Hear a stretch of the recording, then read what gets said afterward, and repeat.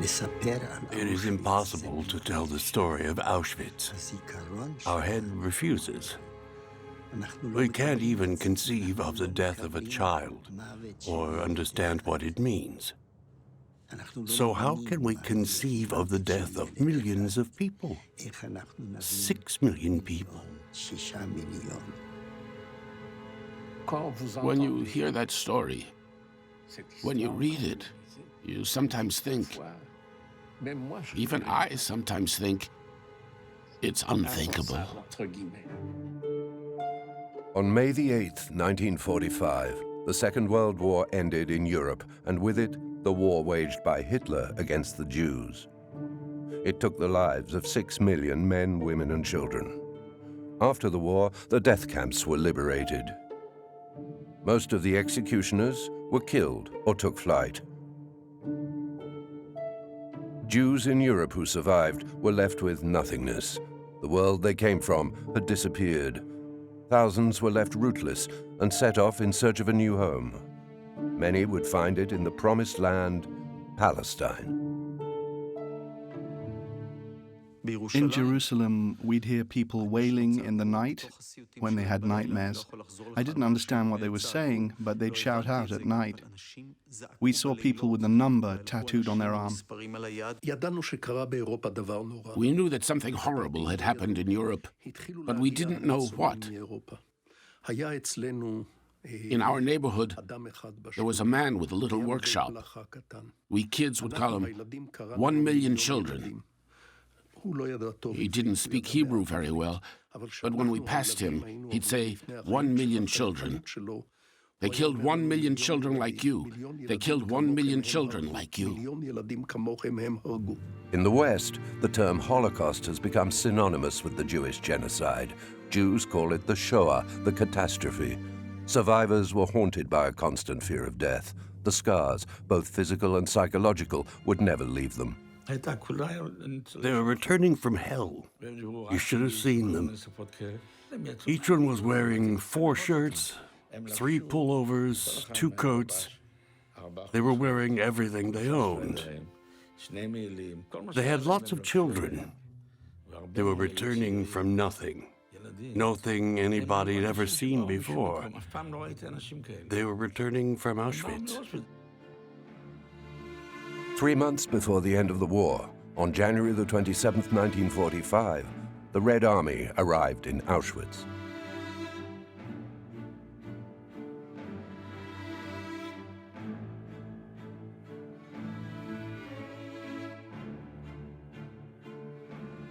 This camp was not only the Nazis' largest death factory, it was also their largest labor camp.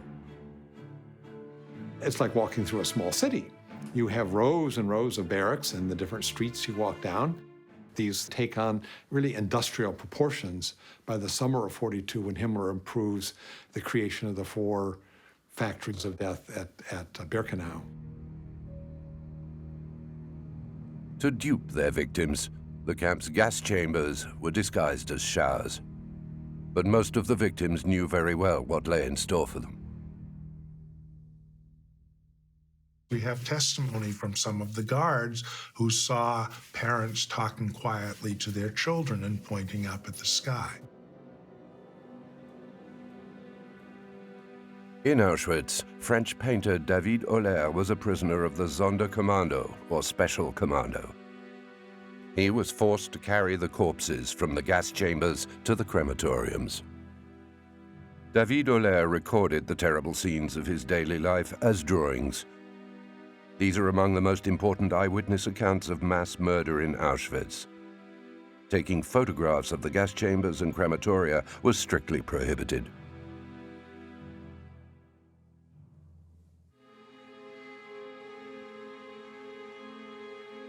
As the Red Army approached, Heinrich Himmler, head of the SS, gave the order to destroy Auschwitz and all the death camps. These places never were liberated by anyone because they ceased to function when the Red Army arrived. The Soviets came to Auschwitz by chance. We know they didn't deviate from their route to go and liberate the camp. The massacre had already finished and traces of the massacre had been destroyed.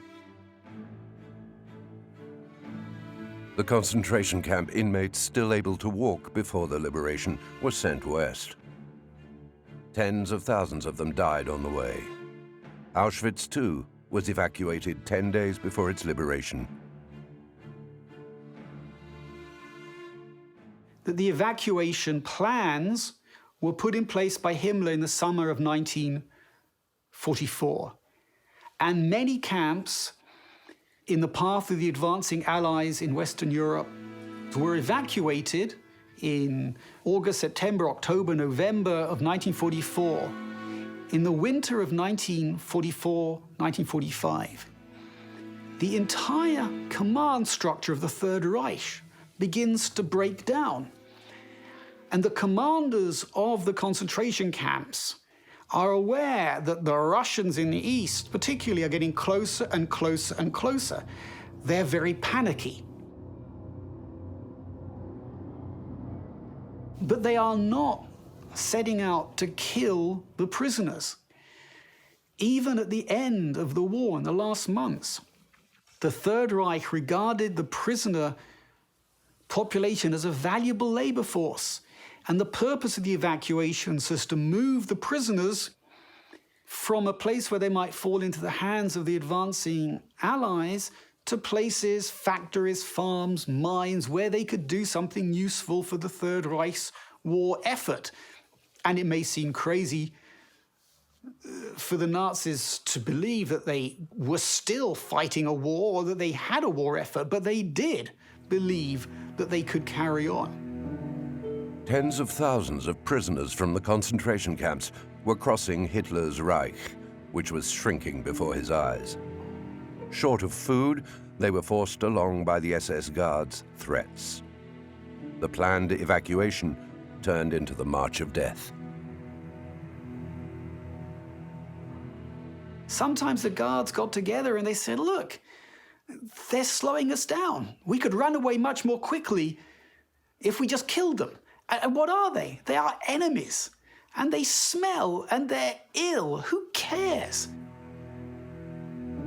Prisoners who couldn't go any further were slaughtered along the way, often in front of the local population. Thousands of them died of hunger and cold. So the extraordinary and terrible slaughter in the last months of the war was not planned, it wasn't deliberate. These marches ended up from tens of thousands in death, but they were not death marches. They were evacuations that collapsed into chaos. Most of those who survived Auschwitz found themselves in the Western camps, which were Buchenwald, Mauthausen, Bergen-Belsen, all those camps liberated by the advancing Allies.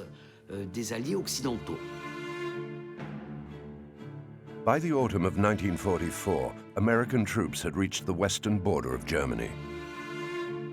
Allen Dulles was the head of the OSS, the head of the American intelligence abroad, later became head of the CIA.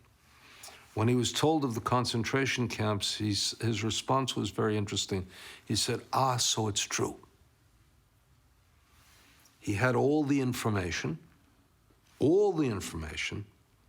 He didn't believe it was true. I took a jeep to get to Dachau. There were bodies strewn all over the place. Bodies by the dozen. I thought, they're just puppets. It's like a puppet theater. They can't be human. But they were humans, people just like me.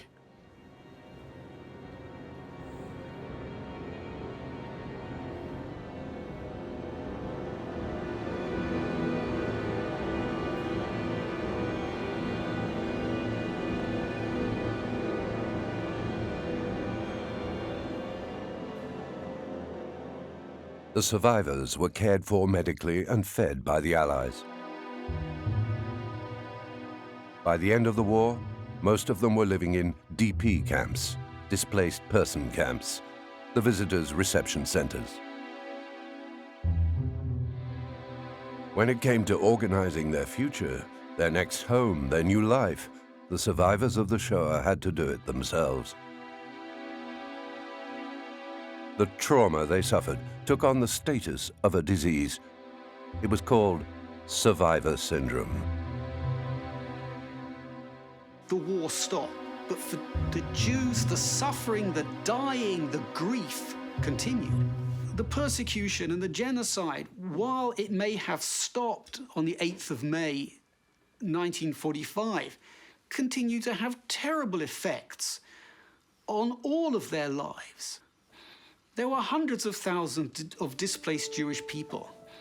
There were Jewish parents trying to find their children. There were orphaned children trying to find their way back to their communities. They had no idea what their future was, where they would go. I had no one in Israel. I felt like an orphan, alone.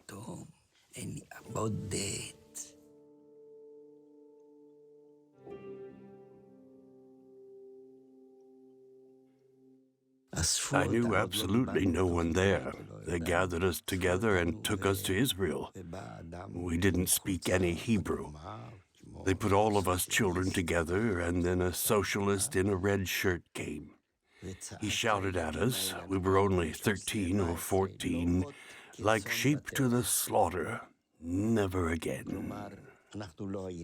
That implied that we'd done something wrong, that we'd gone like sheep to the slaughterhouse. But here in Israel, we're not lambs you could lead to the slaughter. It was a kind of black humor. While the survivors attempted to make a fresh start, the Allied victors wanted justice to be done. After the war, the Allies went after the most prominent Nazi leaders for the international trial. Naturally, the question was, who should be brought to justice? Who were the culprits?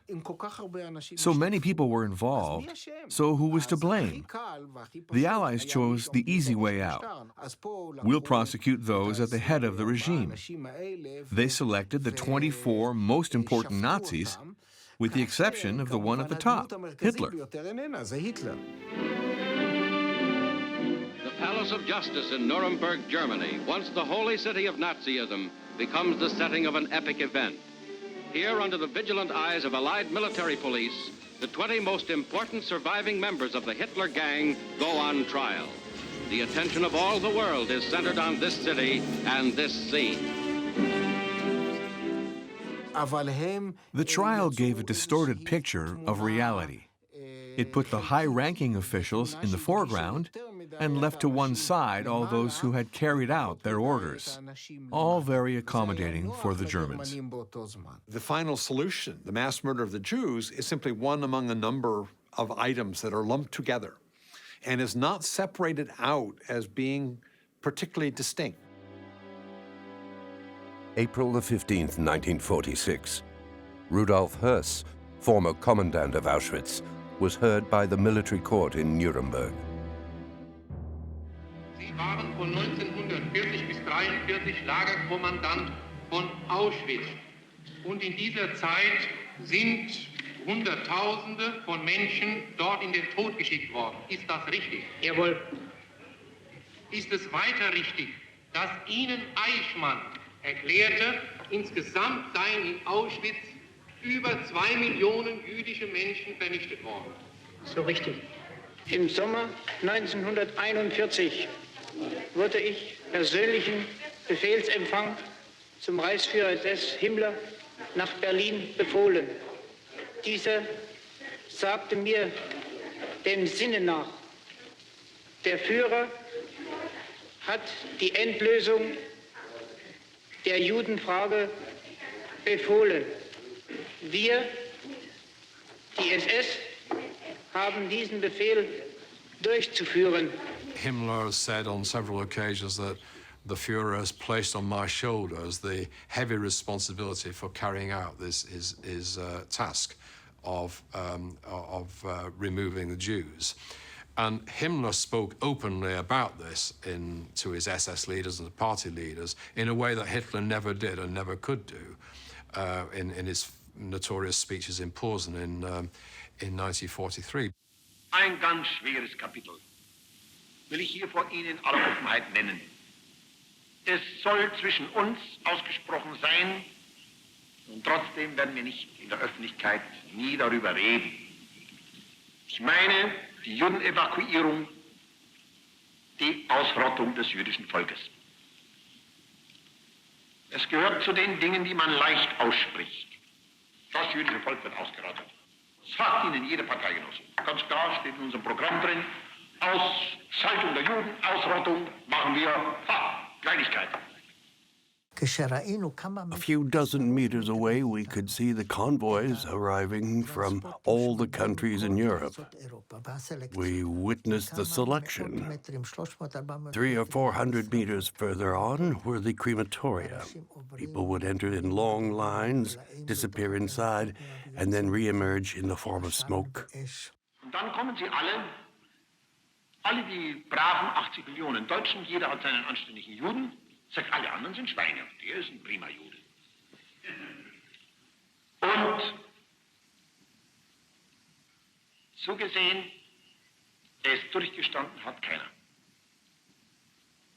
Von euch werden die meisten wissen, was es heißt, wenn 100 Leichen beisammen liegen.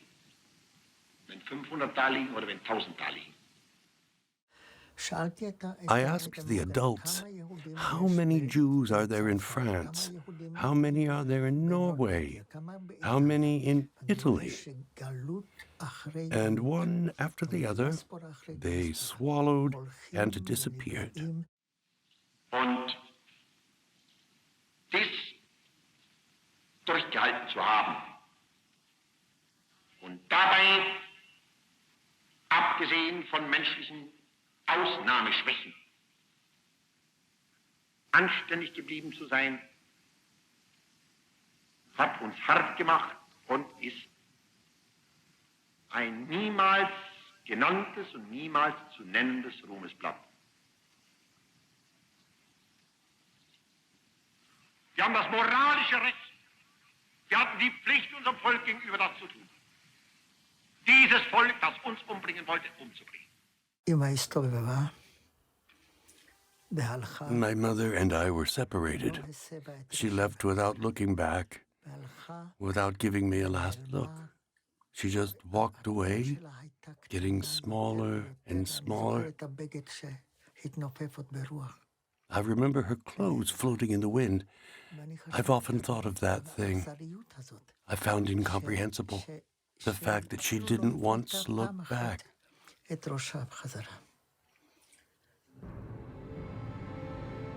Since 1942, the SS commandos had been erasing all traces.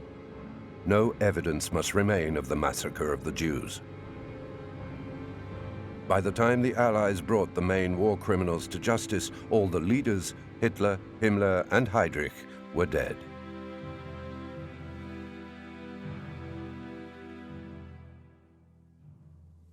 Adolf Eichmann, organizer of the Holocaust, was on the run. The victors needed evidence in order to hunt down other criminals. The first assignment that I had was go to Berlin and collect the evidence necessary to prove the guilt of all these categories of people. So I had a staff of about 50 people, and we combed through the Nazi offices, the Foreign Ministry, the SS, the Gestapo, whatever had not been bombed out, and even in the ruins of what had been bombed out, to find the evidence. At Benjamin Ferenczi's first trial, it was the commanders of the SS intervention units who were in the dock, units created by the SS General Reinhard Heydrich to intervene in the occupied Soviet Union. Heydrich calls together all the heads of department, all of the officers of the head office of the SS, and he says in very broad, in very general terms, I have a special mission for you. It's going to be hard work. I can't say too much about it, but I want volunteers who are going to go with our forces into Russia to do special tasks. The invasion of the Soviet Union by Hitler, the largest military operation in history, began on June the 22nd, 1941. 4 million German soldiers and their allies followed Heydrich's units, the Einsatzgruppen. These 3,000 men had a mission: to invade the region and enlist local help to kill the communist civil servants and Jews. For the native populations, Ukrainians, Lithuanians, this is viewed. The Nazis come and say, we're out to get rid of Jews and Bolsheviks. This makes perfect sense in the mind of the locals who've experienced the last 2 years as a Bolshevik regime supported and welcomed by the Jews. And you have this explosion of resentment and frustration and rage that the Nazis stir up and approve. The German propaganda machinery exploited and amplified the alleged or suspected atrocities of the Russians to make the people rise up against their Jewish fellow citizens.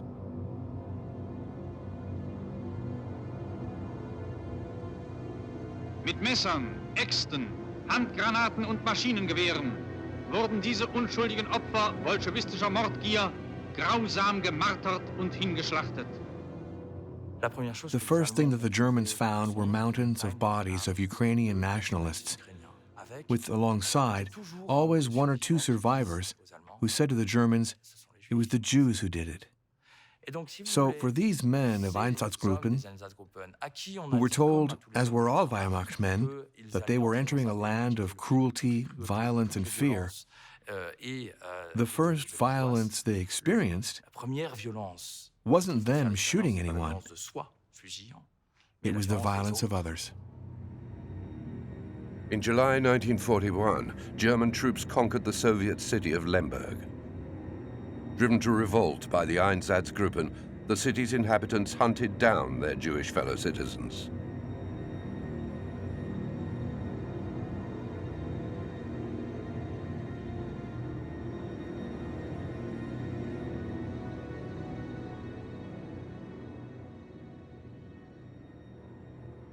The men of Einsatzgruppen weren't chosen for their taste, for the slaughter, or for their experience. They were men of no more than 19 or 20. Before joining Einsatzgruppen, they weren't born killers. They were people who, faced with their first shootout, didn't know what to do. Sometimes even made them sick.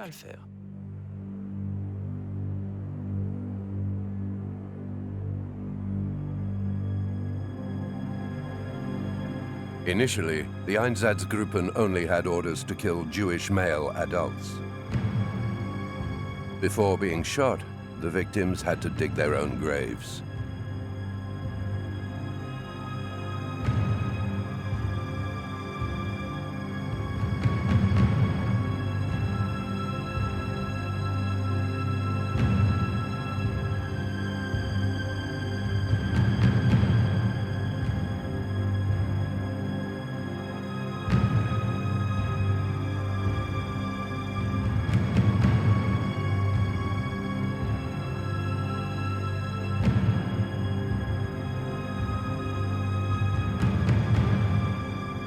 In order to kill quickly and efficiently on the front, the Einsatzgruppen needed logistic support. This was provided by the German army, the Wehrmacht. During the war in the East, a kind of division of labor between the Wehrmacht and the SS came into being.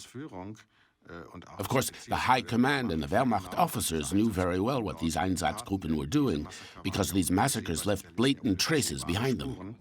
It was the head of the SS, Himmler, who personally gave the order to the Einsatzgruppen to kill all the Jews, women and children included.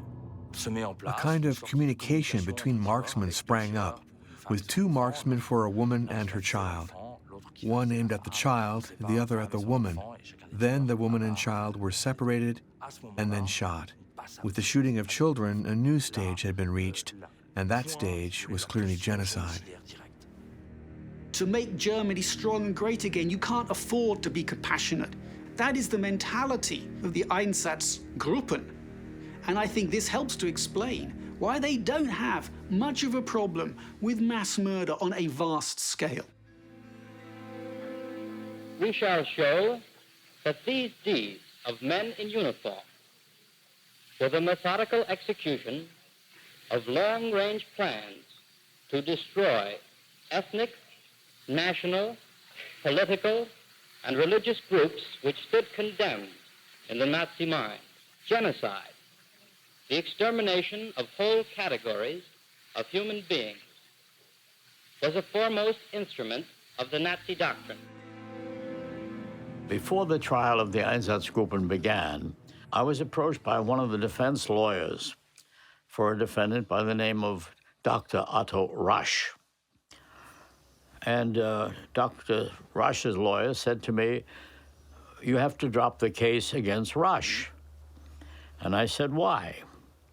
He said, "He's suffering from Parkinson's disease." I said, "What's Parkinson's disease?" He said, "Well, he's shaking all the time."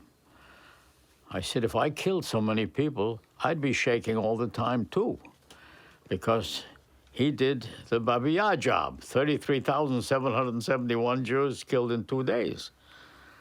So I said, "Is he breathing?" He said, "Yes, he's breathing." I said, "Well, if he's breathing, I'm going to indict the son of a bitch." On September the 29th, 1941, all the Jews in Kiev, the recently conquered Ukrainian capital, were summoned to report to the station. They had to bring with them any valuables and warm clothing they may have, under the pretext that they were being moved. But from the station, the SS herded the Jews of Kiev towards the WWII ravine. Whoever couldn't keep up was summarily shot.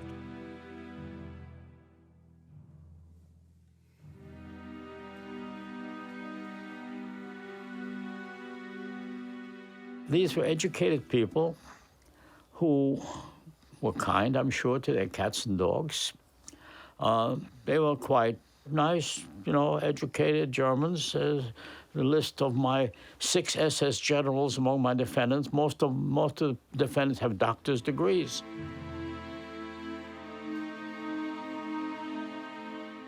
When they arrived at WWII, the men of the Einsatzgruppen took all the victims' valuables. They then forced them to undress and lie down on the corpses already strewn across the bottom of the ravine.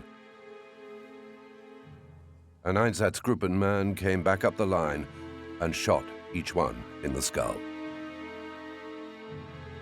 The valuables, clothing, and underwear belonging to the 33,000 victims were gathered and distributed to non-Jewish inhabitants of Kiev.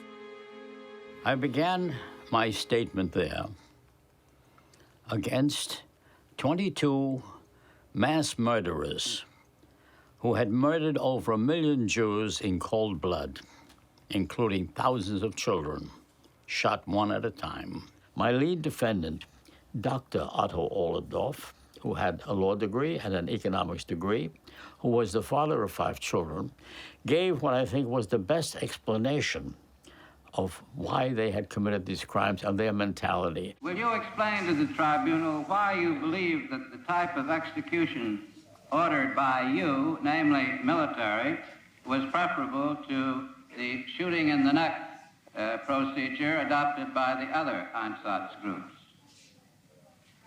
Auf der einen Seite sollte damit erreicht werden, dass die einzelnen Führer und Männer auf militärische Weise durch Befehl die Hinrichtung vollziehen konnten und daher keinen eigenen Entschluss zu fassen brauchten, sondern lediglich auf Befehl, auch äußerlich handelten.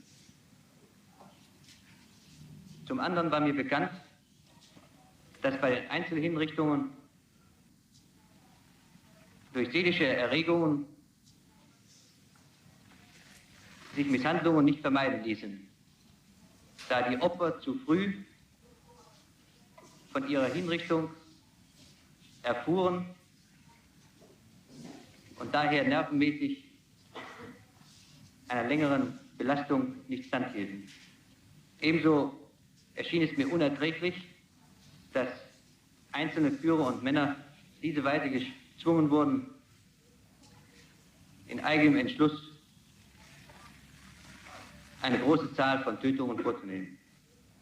All of the defendants were convicted. 13 of them were sentenced to death. Only 4 were executed, and the rest of them, a few years later, were turned loose. There were 3,000 members of the Einsatzgruppen. Every day, they went out and shot Jews and others for no reason, except their own ego and their own distorted theory of Aryanization and superiority. What happened to the 3,000 men? Nothing. Nothing. Was there justice done? What is justice? To talk about justice is really totally inadequate. While the victors were looking to hold the main culprits to account, the rest of Germany had to be liberated from the influence of National Socialism. During what became known as denazification, more than 2.5 million Nazi functionaries, including members of the SS and the Wehrmacht, were checked. But only a tiny percentage of the culprits, around 5,025, were convicted. Denazification, although I believe it began with the best of intentions and the best motivations, again, it was a victim of the Cold War. A new enemy exists, the Russians. And we have to get on well with the Germans. So it's no longer politically expedient to expose Nazi crimes.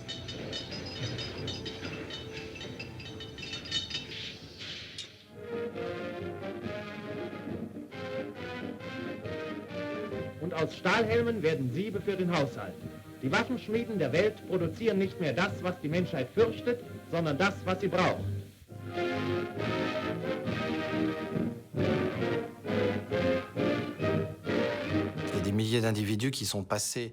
There were thousands of individuals who slipped through the net. The Cold War was beginning. There were lots of factors, and there was the fact that society must go on. It must continue to be structured, to have its leaders. And men who knew how to do that had mostly the same profile. They're 40 lawyers with a certain experience. All these men came from, in fact, the administration of the Third Reich. Many of these leaders had a Nazi past. Only 177 defendants were tried at Nuremberg. 24 were sentenced to death, 20 to life imprisonment, and 98 to a variety of terms. Only 13 of the 24 executions were carried out. The post-war German justice system slowed down cases against former Nazi culprits. In fact, many judges had a Nazi past, and almost all of those charged explained that they were only following orders. All the major criminals who hadn't been arrested in 44 or 45 were living freely and returned to their occupations with impunity. They all had careers afterwards. In fact, sometimes great careers. In 1952, Israel and West Germany signed an agreement whereby Germany committed to paying reparations for the Holocaust.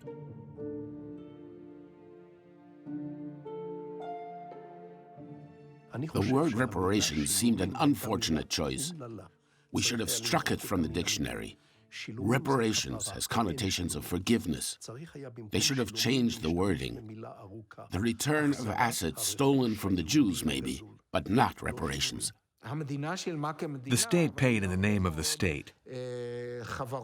But companies and factories also benefited from the money and the work of the Jews, and they haven't coughed up a cent. The destruction of many documents during the war, such as instruments of incorporation of German firms, prevented them finding out to whom compensation should be paid. The IG Farben people with whom I was negotiating said, no, we don't know how many Jews there were, blah, blah, blah, blah. It was a mission impossible. And they finally agreed to pay a relatively small sum of money to settle the matter and get it out of the way. What was shocking was that insurance companies were also trying to get away with dragging things out until people died. They said that the evidence was insufficient and that the next appeal would recalculate everything. The apparent docility with which the victims agreed to commit crimes seems, in particular in Israel, just as incomprehensible as the crimes committed by the German executioners.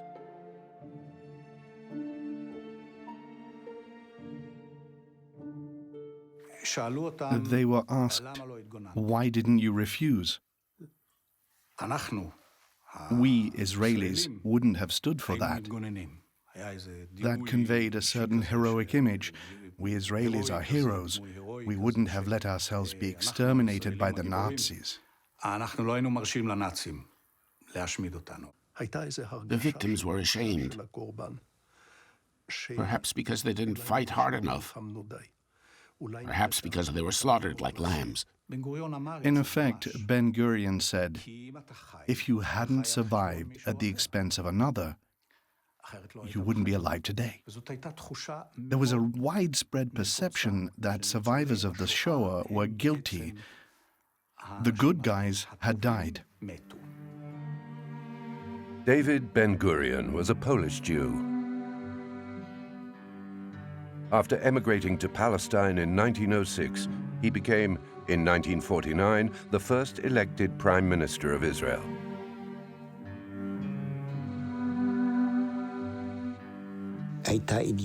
His position was, no more Shoah, no more Shoah, no past, just the future. People assimilated that, as did the children of Shoah survivors. This feeling endured right up to the Eichmann trial. After his arrest, he was taken to Jerusalem to be tried, and all that came to an end. Adolf Eichmann, organizer of the deportations, was the highest-ranking official of the Holocaust still alive.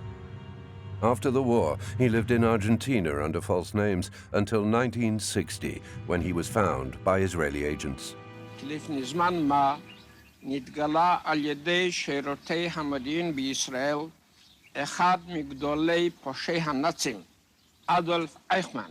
At the opening of the trial of Adolf Eichmann in Jerusalem, many people were shocked when Eichmann walked through a door and into the famous glass booth, because he looked like your uncle. He looked like an accountant, a small businessman. Bald, spectacled, wearing a dark suit with a tie. He didn't look like the man who had sent hundreds of thousands of Jews to the death camps. במקום זה, בו אני עומד לפניכם, שופטי ישראל, ללמד קטגוריה על אדולף אייכמן, אין אני עומד יחידי. עמדי ניצבים כאן בשעה זו 6 מיליון קטגורים. אך הם לא יוכלו לקום על רגליהם, לשלוח אצבע מרשיעה כלפי תא הזכוכית ולזעוק כלפי היושב שם, אני מאשים. מפני שאפרם נערם בין גבעות אושוויץ בשדות טרבלינקה, נשטף בנהרות פולין, וקבריהם פזורים על פני אירופה, לאורכה ולרוחבה. דמם זועק, אך קולם לא יישמע. During the trial, people were almost fighting to tell their story. The survivors of the Shoah found themselves in an unexpected situation.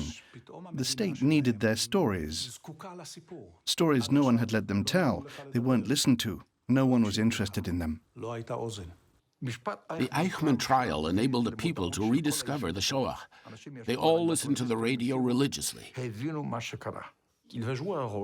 And he played a role, that of the perfect subordinate, the gray, dull, unassuming functionary. Ich habe diese Befehle im Gegenteil mit dem größten Widerwillen entgegengenommen und trotz meiner wiederholtesten Bitten, mich von diesen Aufgaben auszunehmen und mich von diesen Aufgaben zu entbinden, wurde seitens meines Vorgesetzten nicht entsprochen. Ich hatte diesen Befehl durchzuführen. Except that when you listen to Eichmann or you read Eichmann outside the scope of the trial, you're not natural in a trial, especially when you're trying to save your skin.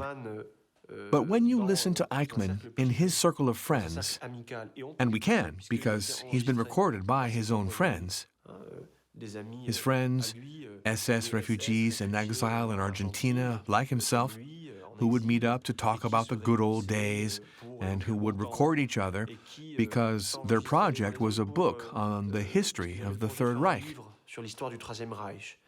Well, when you listen to Eichmann on those tapes, which have mostly been transcribed, you hear something else again.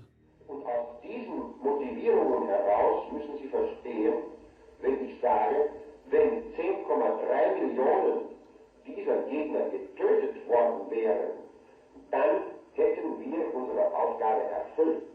Nun es nicht so ist, werde ich Ihnen sagen, dass das Leid und das Ungemach unserer noch nicht Geborenen zu bestehen haben. Vielleicht werden sie uns verfluchen. The prosecution wanted to prove that Eichmann had come up with the plan of the final solution to destroy the Jews. Why? Because Hausner did not have Heydrich in the dock. He could not cross-examine Himmler or Müller, and he certainly couldn't cross-examine Adolf Hitler. He had Adolf Eichmann. So he made Adolf Eichmann responsible for all of the crimes of the Third Reich. But what makes Eichmann such a horrible person is that in the end it doesn't stop him from contributing to the process of mass murder. He didn't have the excuse of saying, I didn't know. He did know. He saw it. And then, as he said in his own words, he sent the Jews to the butcher. When he was deporting trains to the East, he knew what the East meant. It meant shooting into pits. It meant gas fans. It meant pushing women and children into gas chambers. Israeli law stipulates that the death penalty can only be applied during wartime. This provision was waived in the case of Eichmann, who died by hanging on May the 31st, 1962.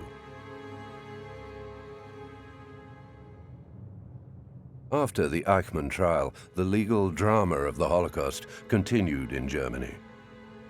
9 former SS officers who had taken part in the elimination of Jews in Treblinka concentration camp were tried in Düsseldorf in 1965.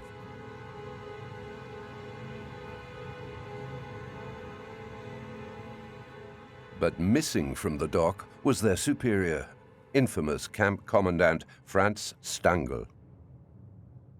And Stangl reorganizes the camp, enlarges the number of gas chambers. They build extra gas chambers, and Treblinka then very quickly becomes the most lethal camp.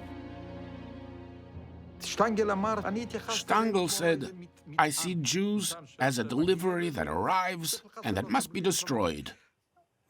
He had gotten used to not considering them as human beings, but as an inferior race that had to be exterminated. It was a death machine which worked very well without requiring lots of manpower. It was a factory of death.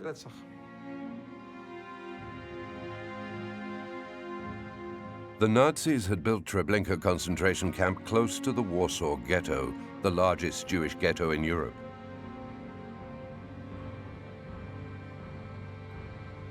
Eichmann's trains delivered between 750,000 and 950,000 people to Stangl's gas chambers.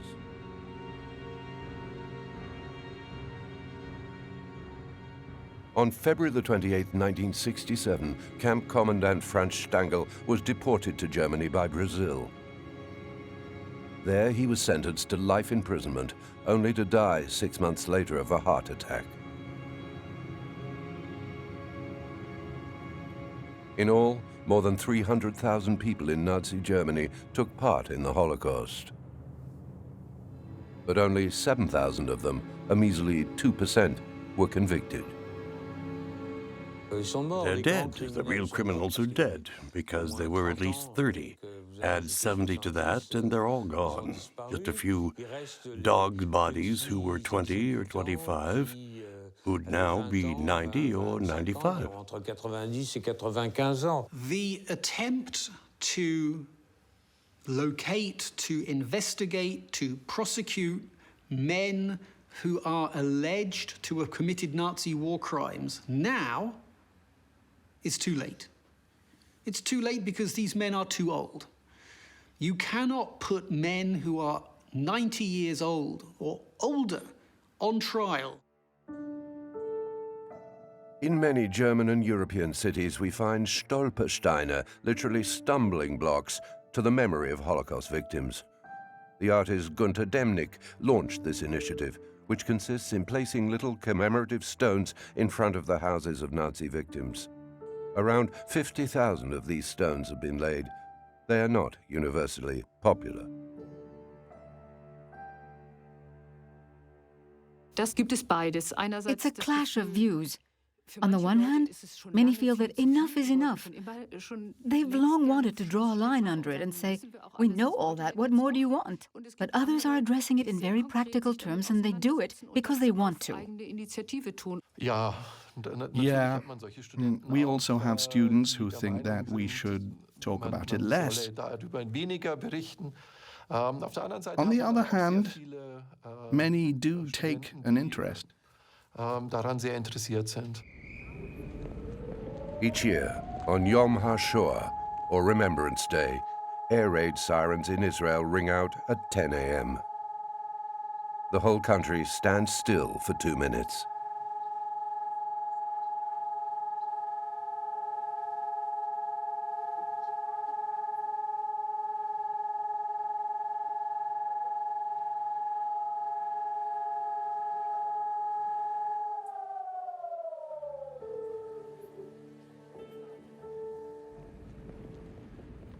The survivors of the Shoah who came to Israel, and no one wanted to listen to them, are now in the same situation. Once again, no one wants to know. I receive many letters from children of survivors of the Shoah. They upset me. One of them wrote, "My mother, whom I loved so much, survived the Shoah. She spoke very little, hardly at all. I understand now that, in a way, she was a very special woman. How come I didn't notice before? I was so blind. I knew the Shoah survivors carried a great burden within them, but I never asked, how could I have been so blind?" Yad Vashem is the Holocaust Martyrs and Heroes Remembrance, Israel's national memorial. Through 9 underground passages, the museum tells the story of the persecution of the Jews. Yad Vashem has also gathered more than 110,000 testimonies from survivors of the Holocaust. The heritage of the Shoah is still a part of modern Israel. It's sad to see that in Israel, Shoah survivors are very poorly treated. They are old people. They don't get any help from the state. They live in very difficult conditions. As they don't have a strong lobby, they get very little from the state. They've got a tiny bit more, but only because of a big demonstration in Jerusalem. Why do these old people have to fight for their rights? There are still 250,000 survivors of the Shoah living in Israel. 1,000 die every month. They went through hell, but today some of them can't even afford to feed themselves. I met one of them. He never received any compensation from the Germans. The state should look after Shoah survivors far better than that. After all, it was they who built this state. On August the 6th, 2007, thousands of Holocaust survivors demonstrated in Jerusalem to demand more aid from the state. Their placards read, "Sorry for surviving." I find it shameful and absurd that the survivors of Israel be humiliated in this way and that they die of hunger. It's a real shame for the state of Israel. 70 years on, the Holocaust is one page in history that is far from being turned. It stares back as both a warning and a challenge, in particular to Germany, land of the perpetrators. No line can be drawn under this. For Jews, Germany will never be a normal country. And I don't think Germans will ever feel normal because of history. The Germans cannot escape their history. On May the 10th, 2005, a memorial was erected in Berlin to the murdered Jews of Europe. Peter Eisenman, who designed the monument, declared, "The vast scale of the Holocaust inevitably makes any attempt to represent it by traditional means an exercise in futility."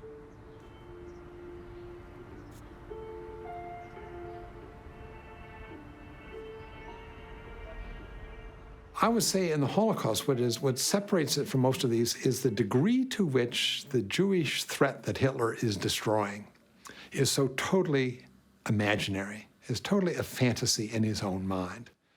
The notion that somehow Germany is threatened if you don't kill a 2-year-old Jewish baby in the Ukraine is total fantasy. The notion that this is an infection, a bacillus that you must treat in the way that if there is any remnant left, then we haven't accomplished the goal. This disparity between the drastic measure of killing 6 million people and the fact that virtually none of those people posed any threat whatsoever to Hitler and the Germans